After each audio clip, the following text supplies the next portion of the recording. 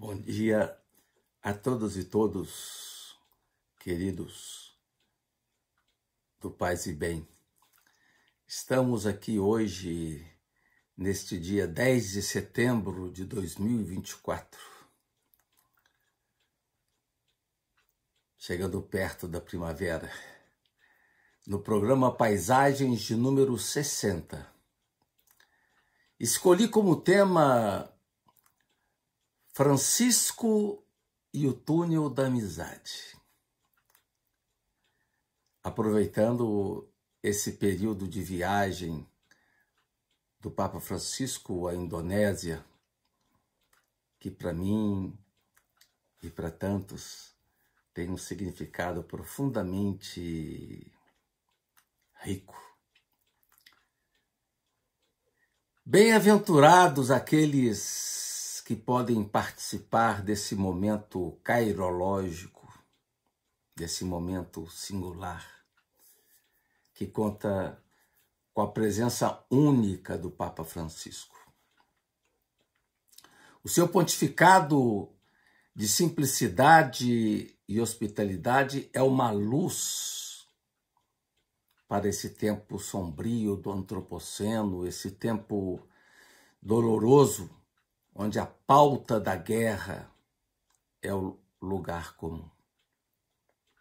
Francisco alça sua voz em favor de um horizonte bem diferente. Sua atual visita à Indonésia tem sido marcada por muita esperança e também por muito sacrifício. Só imaginar a longa viagem que o Papa Francisco está fazendo, não só na Indonésia, como em outros países. Talvez uma das mais longas viagens que ele realizou em seu pontificado.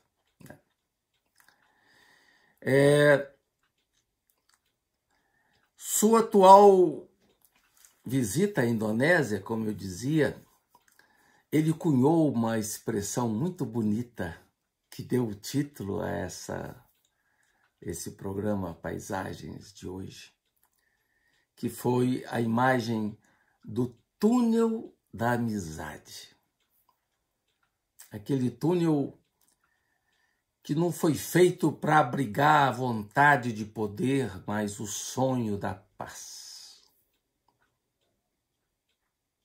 Em brilhante artigo publicado no jornal italiano Il Fatto Quotidiano, Antonio Spadaro sublinha que Francisco ilumina os túneis da guerra. Com essa poderosa imagem, túnel da amizade, Francisco quer apontar um caminho diverso para a humanidade. O túnel que aventa não é aquele da violência, mas aquele que traduz uma nova confiança com a possibilidade de uma sociedade aberta, fundada no recíproco respeito. Spadaro recorda o encontro do Papa Francisco com o pensador Zygmunt Bauman, que aos 91 anos de idade mostrava-se profundamente deprimido com o rumo do tempo. Dizia Bauman que trabalhou toda a vida em favor de uma humanidade mais hospitaleira, mas que agora rendia-se ao pessimismo. Sublinhou, porém, que via em Francisco a esperança de uma luz no fim do túnel. De fato, Francisco é uma das poucas personalidades em nosso tempo a dedicar-se integralmente à causa da paz e da fraternidade entre os povos e religiões. Falando um pouco sobre o encontro muito bonito que teve em Jakarta, na Indonésia, no dia 5 de setembro, junto à mesquita, a grande mesquita, a maior mesquita, Istiqlal, a maior mesquita da Ásia. Francisco ali, depois de saudar o grande imã Nasruddin Umar, recordou que ali, naquele espaço, na mesquita, projetado por um arquiteto cristão, assim como em outros lugares de culto da região, partilha-se realmente o diálogo, o respeito mútuo e a convivência harmoniosa entre as tradições religiosas e as distintas sensibilidades espirituais. No maior país muçulmano do mundo, onde os cristãos são apenas 3,5% da população, esse país, Indonésia, ali respira-se um salutar clima de respeito interreligioso, confirmou Francisco. Tratava-se, para o Papa, de um verdadeiro dom, que traduz uma convocação cotidiana em favor do cultivo dialogal, de modo a fazer com que a experiência religiosa seja um ponto de referência numa sociedade fraterna e pacífica e nunca um motivo de fechamento e de confronto. Francisco fez referência ao túnel da amizade, ali existente, que une a mesquita Istiklal à Catedral de Nossa Senhora da Assunção. É, em verdade, sublinha Francisco, um sinal eloquente que permite que esses dois grandes lugares de culto estejam não só em frente um do outro, mas também ligados um ao outro. Trata-se de uma passagem que favorece o diálogo e o encontro, disse Francisco. Uma possibilidade real de descobrir, viver e transmitir a mística do viver juntos. Sim, a mística do viver juntos. Como indicou Francisco, esse caminho dialogal deve prosseguir. E aqui eu cito um momento da fala de Francisco. Ele diz que todos nós, juntos, cada um cultivando a sua espiritualidade e praticando a sua religião, possamos caminhar à procura de Deus e contribuir para a construção de sociedades abertas, fundadas no respeito mútuo e no amor recíproco, capazes de isolar a rigidez, os fundamentalismos e os extremismos, que são sempre perigosos e nunca justificáveis. Desdobrando sua reflexão na mesquita, Francisco lançou o desafio de olhar sempre com profundidade. É o primeiro ponto que Francisco quis destacar na sua fala, nesse encontro interreligioso.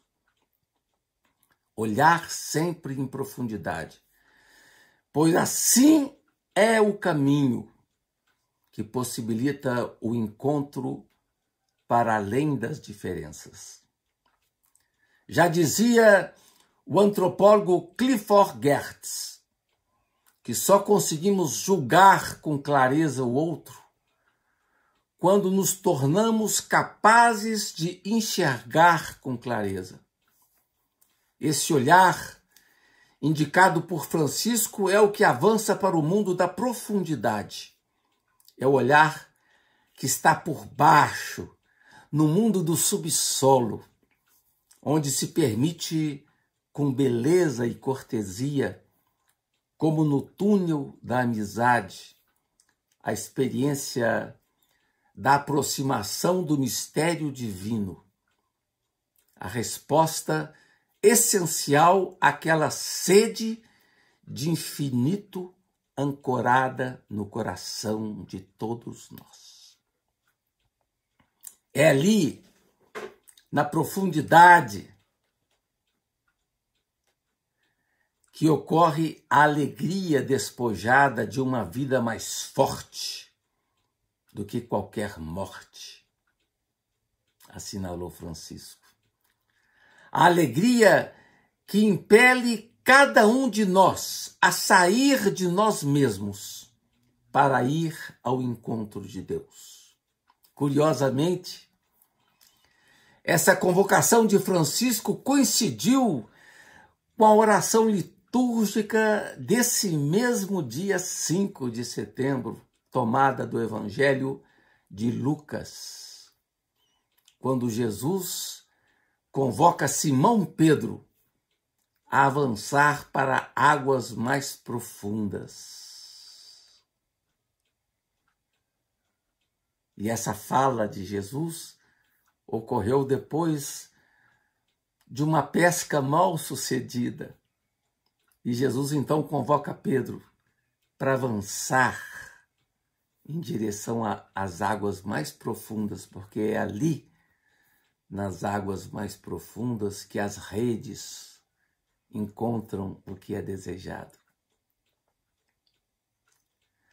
Ainda sobre esse tema da busca da profundidade, nós encontramos no teólogo protestante Paul Tillich esse mesmo símbolo da profundidade, tão caro a Paul Tillich. Ele serve-se desse símbolo para tratar o tema do diálogo entre as religiões. Na visão de Tillich, o cristianismo encontra-se diante de um desafio singular, que é o de transcender sua particularidade. Mas não pelo caminho do abandono da própria tradição, mas de seu aprofundamento mediante a oração, o pensamento e a ação. Ao tratar em livro de 1968, um lindo livrinho, publicado na França, um livro que trata o tema do cristianismo e as religiões. Ali, Tillich disse, cito, na profundidade de toda religião,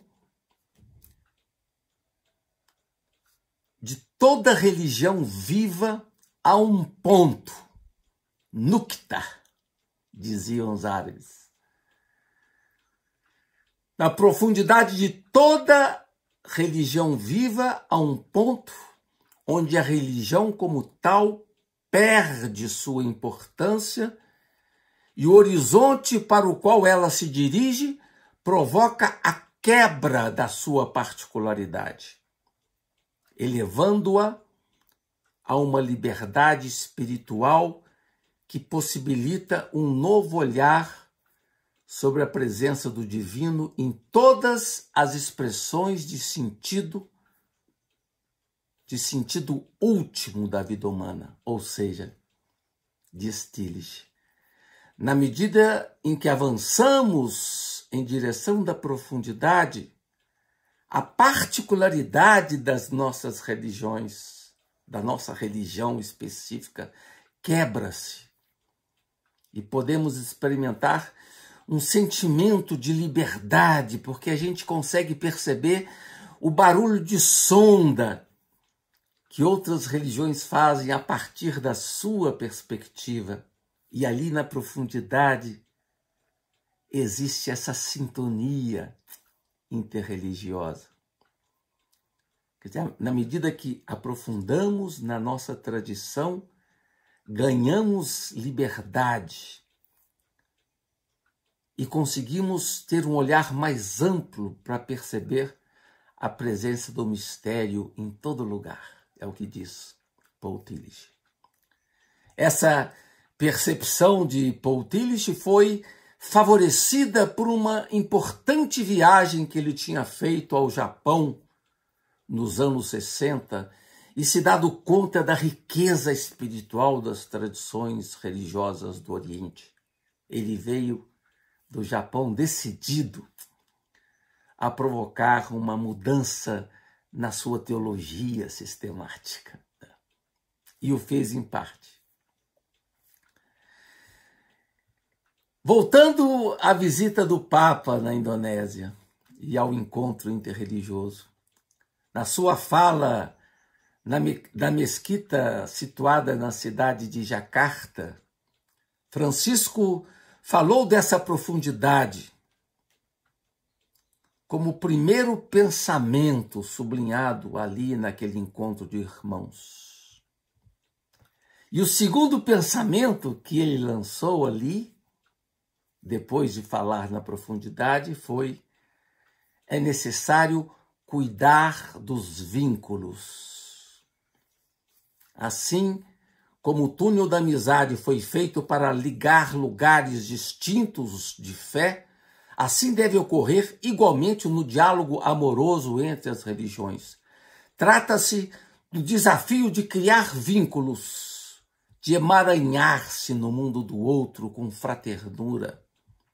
Um diálogo que vise não apenas encontrar pontos em comum, mas um diálogo que avance além, com o cultivo desarmado e hospitaleiro de vínculos de amizade. É o diálogo de coração. Diz Francisco, e aqui cito: são vínculos que nos permitem trabalhar juntos e avançar unidos em busca de um objetivo, na defesa da dignidade humana, na luta contra a pobreza e na promoção da paz. O diálogo é um potente gesto barreira, para utilizar aqui a expressão de Bruno Latour. Um potente gesto barreira para enfrentar as dramáticas crises que marcam esse nosso tempo difícil do antropoceno, esse tempo da perturbação humana, da pegada humana, muitas vezes violenta, sobre a terra. O diálogo é também o caminho necessário para derrotar a cultura da violência e da indiferença, como sublinhou com acerto a declaração conjunta de Istiklal, assinada por Francisco e o grande imã.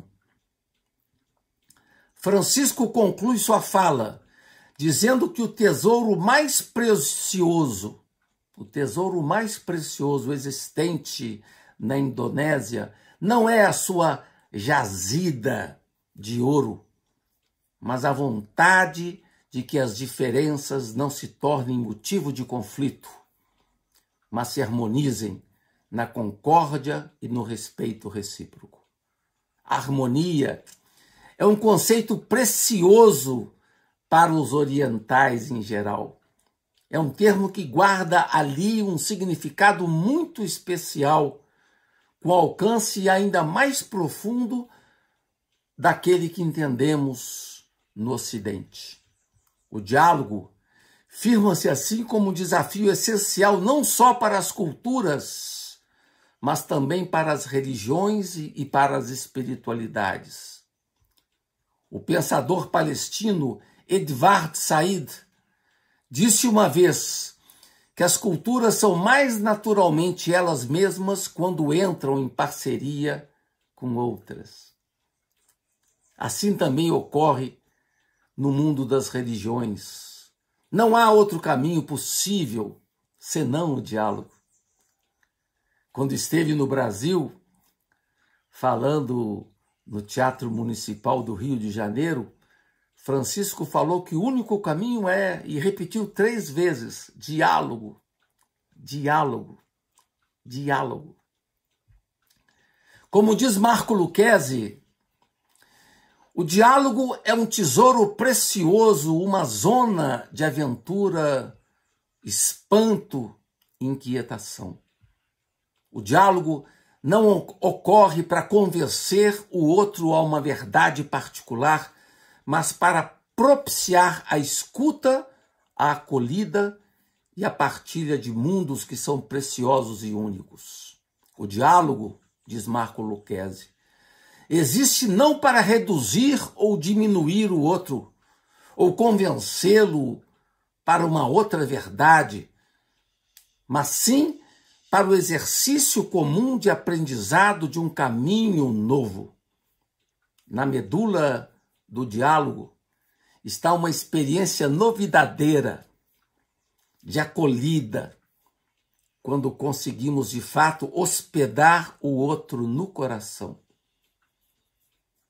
O centro do diálogo está, portanto, numa acolhida. É quando, então, podemos, a partir de um olhar que nos indaga, que nos provoca, mover nossos lábios para essa Páscoa da alegria. Como diz Francisco em Jacarta, o diálogo é o mecanismo fundamental que nos ajuda a atravessar o túnel com o olhar voltado para a luz. Lembrando aqui da maravilhosa entrevista concedida por Francisco a Francesco Scalfari em 2013, já se percebe ali aquele bonito sinal de abertura. Dizia com todas as letras, Francisco, que Deus não é católico, Deus não tem religião, Deus não é propriedade de nenhuma religião. Deus é o Deus da vida, é o Deus da paz. E Jesus é o príncipe da paz. Ainda nessa entrevista a Scalfari, Francisco nos recordou, e aqui cito, o mundo vem percorrido por estradas que nos avizinham e distanciam, mas o importante é que nos conduzam ao bem. O bem é o que há de mais fundamental.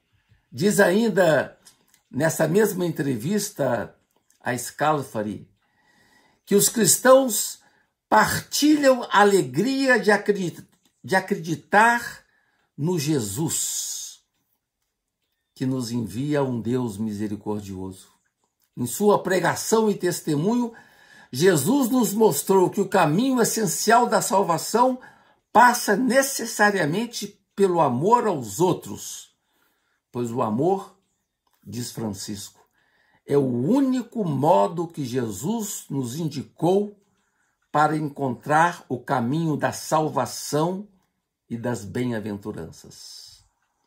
O destino do cristianismo, argumenta Francisco, não é o do proselitismo ou da segurança de uma verdade, mas é o caminho da simplicidade do amor.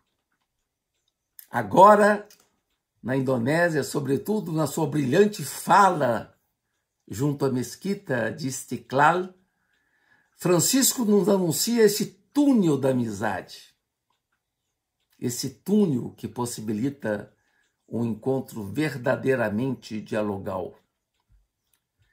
É a partir desse sinal da profundidade que o olhar ganha uma amplitude nova, capaz de favorecer o rompimento das barreiras identitárias e aproximar-se do rosto autêntico do mistério maior sem nome. E ao final da sua fala no encontro interreligioso na mesquita de Istiklal, Francisco deixou uma mensagem de esperança e cortesia. Disse ele, cito, nós que acreditamos, pertencendo a diferentes tradições religiosas, temos um papel a desempenhar, ajudar todos a atravessar o túnel com o olhar voltado para a luz. Assim, no final da viagem, poderemos reconhecer naqueles que caminharam ao nosso lado um irmão uma irmã com quem partilhar a vida e em quem apoiar-se reciprocamente. Assim, queridas e queridos do Paz e Bem, concluo essa reflexão nesse programa 60 e voltamos proximamente com muita fé, esperança e alegria. Paz e bem.